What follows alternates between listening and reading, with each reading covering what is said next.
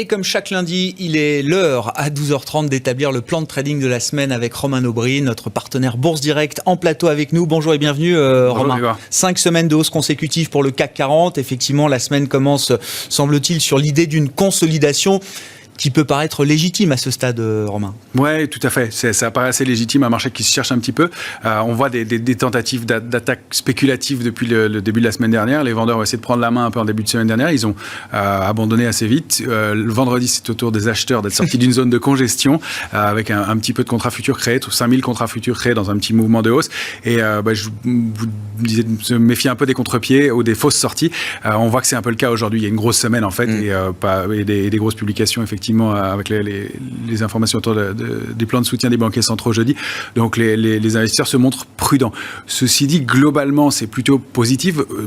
Je vous disais, au mois de septembre, on parlait d'un consensus qui était prudent pessimiste. On l'a fait passer gentiment de septembre à maintenant à prudence pessimiste, optimiste. Optimiste, oui, c'est ça, d'accord. Prudence pessimiste, prudence optimiste. Et là, je passerai le curseur à optimisme.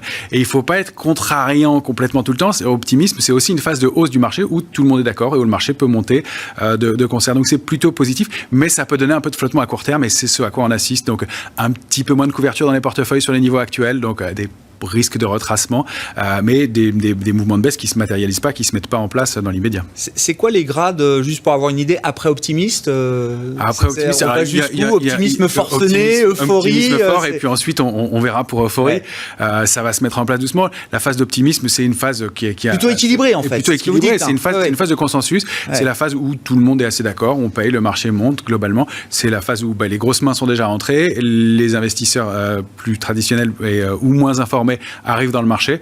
C'est pas non plus l'euphorie où les derniers et les moins aguerris commencent à s'intéresser au marché, loin de là. Donc il y a de la place encore, mais c'est une période de flottement. Je pense qu'on peut se situer maintenant dans ce grade-là du marché. Si ça flotte sur les indices cette semaine, et on verra ce qui se passe effectivement jeudi, notamment autour de la Banque Centrale Européenne, est-ce qu'il faut regarder d'autres actifs où là il y a peut-être des tendances un peu plus affirmées aujourd'hui, Romain? Ça flotte un petit peu sur l'ensemble des actifs, mais il y a des tendances qui sont affirmées. Effectivement, sur l'euro-dollar, c'est haussier depuis qu'on a franchi la sortie par le haut de la borne haute du trading range à 1,0909. 1,1920, pardon. 1,1920, excusez-moi. 1,1920, avec une cible légitime à 1,2235 dans un premier temps, et pourquoi pas des extensions à 1,25. Je pense que ça va se faire en plusieurs temps. Mais on voit que la position spéculative nette remonte depuis 2 semaines, ce qui était pas le cas. Elle baissait depuis le mois d'août, depuis la phrase de Philippe Lane d'ailleurs. Intéressant. Et donc là, ça remonte un peu, mais on voit que ça patine. L'euro a rebondi sur son support intermédiaire à 1,2080 là ce matin, il repart, il reprend le chemin de la hausse. C'est plutôt serein, c'est assez calme, mais c'est positif. Sur l'or, oui, ça l'est. On l'avait signalé en début de semaine dernière. Ça monte progressivement. On était repassé sous 1800 $, c'est ça? 1778. Sous 1778 précisément. C'était un support important. En fait, un peu en dessous même, mais le support était à 1778. Voilà, qu'il y a un niveau d'entrée, à mon avis, pour le moyen long terme. On voit les 1840, donc on avait pris à peu près 3% la semaine dernière, un peu moins de 89. Donc c'est un mouvement qui se met en place doucement. Le pétrole, même chose. Bon, lui, le mouvement s'est déclenché il y a plus de temps. Il a buté sur une résistance à 49,10, mais il y a des extensions possibles aux alentours de 51,09, pardon, et ensuite 56,15. Donc il y a encore un peu de place à la hausse, à mon sens. Donc il y a des actifs, oui, qui sont intéressants. Sur les indices, ce qu'on peut dire, c'est que sur le futur CAC 40, moi j'ai placé une zone d'alerte court terme à 5541 points. On allait faire une incursion en dessous ce matin, 5529, mais on l'a pour l'instant préservé. On réintègre le trading range de la semaine dernière, 5541, 5578. Je pense qu'on va avoir du mal à aller chercher les extensions, et la cible de la sortie par l'eau, c'était 5649, avant en tout cas la réunion de la BCE. Je pense que les investisseurs se montrent prudents. Sur les indices US, on voit que sur le Nasdaq, après une pause de 3 mois, il y a une congestion qui s'est mise en place, un grand trading range, donc qui a été débordé par le haut, donc au-dessus de 12 160 points. On en sort, et donc on a des extensions possibles qui sont vers 12 940 dans un premier temps, première extension, 13 656, pourquoi pas, donc des mouvements entre 3,5 et 8% de hausse, tant qu'on maintient ces niveaux-là. Mais c'est des marchés qui se comportent plutôt sereinement, avec des mouvements pas trop brutaux, et une consolidation du côté des GAFAM, et puis un rattrapage des valeurs qui, aujourd'hui, on voit, sont en train de consolider un peu. Donc les bancaires, les technologiques, et les bancaires, l'automobile, le voyage, qui consolident un peu aujourd'hui, alors qu'on va rechercher un peu plus des valeurs sécuritaires, comme des valeurs comme Air Liquide, qui sont au haut du panier, un peu technologiques, même si c'est un peu plus calme. Mais c'est intéressant, vous notiez le Nasdaq après 3 mois où il se passait pas grand-chose, effectivement, qui sort plutôt par le haut. Chaque fois qu'on a un peu de faiblesse dans ce mouvement de rattrapage, tout de suite, on voit les stars séculaires qui reviennent sur le devant de la scène. Ouais, il y a vraiment du relais, c'est ça qui est intéressant. Les secteurs entre eux font un effet de vase communicant, et il y a rarement une journée où il n'y a pas quelques valeurs en hausse dans l'indice parisien. Il y a même des secteurs qui s'en sortent bien aux États-Unis, comme le secteur des biotech, qui est vraiment une configuration intéressante. On voit que ça paye beaucoup. À travers quoi, le Nasdaq Biotech, c'est ça Biotech, regardez, qui est un bon indice. On en a un en Europe qui est un peu moins performant en termes de graphique, mais qui est aussi qui surperforme l'indice CAC 40. On se méfie quand même du secteur parce qu'il y a une très grosse surpondération dans les portefeuilles de ce secteur-là aujourd'hui. Donc si un coup devait venir, il pourrait venir de ce côté-là aussi. C'est toujours le rapport risque-rendement sur les marchés, et il en fait partie, mais ce sont des secteurs intéressants avec des configurations qui sont vraiment positives dans l'immédiat. Donc la photographie globale, elle est positive à court terme. Il y a des retracements possibles sous 5541. On a sur l'indice parisien 5510 points, un niveau intermédiaire à surveiller, 5482,87. Et puis la cible légitime du mouvement, c'était le biseau baissier, biseau d'épuisement, c'est 5359 points. Encore une fois, j'y crois pas tellement. Est-ce qu'on ira jusque-là ? C'est ça la question. Est-ce qu'on pourra baisser de quelques pourcents pour revenir autour de 5350 Ça me paraît difficile. Comme je vous le disais, on est passé dans un climat d'optimisme. Ça veut dire qu'on va vouloir acheter les replis. Donc tout le monde veut acheter les replis. Mais je pense qu'ils vont pas laisser les replis se faire en entier, et que la zone 5440, 5450 peut être intéressante si on casse les niveaux actuels, ce qui n'est pas le cas pour l'instant. Donc pas d'alerte majeure. Pour l'instant, c'est un marché plutôt serein qui consolide et qui attend les grosses déclarations de la semaine. Du côté des small caps, est-ce qu'il y a des signaux particuliers à signaler ? Enfin, ça fait déjà un moment qu'on en parle en disant que ça se passe bien et que les small caps retrouvent de la surperformance notamment. Tout à fait, small et mid. Les deux se tiennent très bien. On voit que ça se joue pas mal du côté technologique en ce moment. Santé, on le disait, pas mal de valeurs biotech qui tiennent bien, et les énergies renouvelables qui tiennent toujours le haut du panier.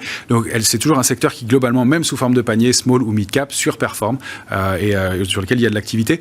Il y a eu un petit peu de surchauffe en fin de semaine dernière où on constatait que ça accélère un peu sur certains dossiers, mais globalement c'est des valeurs qui rattrapent, et il faut voir que c'est un secteur qui avait sous-performé depuis très longtemps, donc qui profite paradoxalement de ce contexte pour payer à nouveau, pour faire l'objet d'intérêt, ce qui n'était pas le cas depuis 2 ou 3 ans. Donc c'est un peu les marchés, ils sont comme ça, ils sont un peu binaires, soit ils veulent des dossiers, soit ils n'en veulent pas, et là on cherche, et comme il y a beaucoup de liquidités, on cherche des dossiers intéressants et des dossiers oubliés bien avant la crise de la Covid.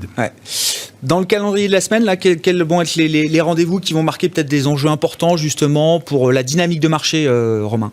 Alors le cœur de la semaine, ça va être la réunion de la Banque centrale, hein. C'est vraiment on va beaucoup en parler. Le noyau dur. Jusqu'à jeudi, et jeudi encore plus. C'est sûr, il y a beaucoup d'attentes de ce côté-là, il va falloir être prudent quand même. Il faudrait pas que les banquiers centraux déçoivent. Je pense qu'ils vont pas le faire, mais on peut se méfier de ça, évidemment. Demain, il y aura le ZIU, du climat des affaires, le sentiment de confiance des affaires en Allemagne.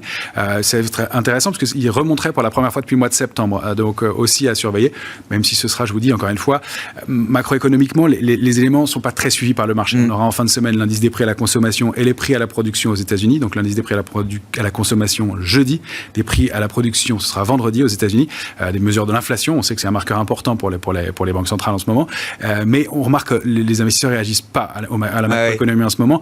On l'avait vu donc la semaine dernière, les chiffres de l'emploi qui étaient extrêmement mauvais aux États-Unis, les chiffres mensuels de l'emploi qui étaient les créations d'emplois divisées par 2, mais ça a hébété le marché tout simplement. Il y a une accélération à la baisse, puis une reprise. Le marché ne savait pas très bien quoi en penser, puis il est reparti gentiment à la hausse. Il a pas su comment réagir. On voit que sur les annonces des laboratoires pharmaceutiques sur ce qui tourne autour du vaccin, c'est plus compliqué.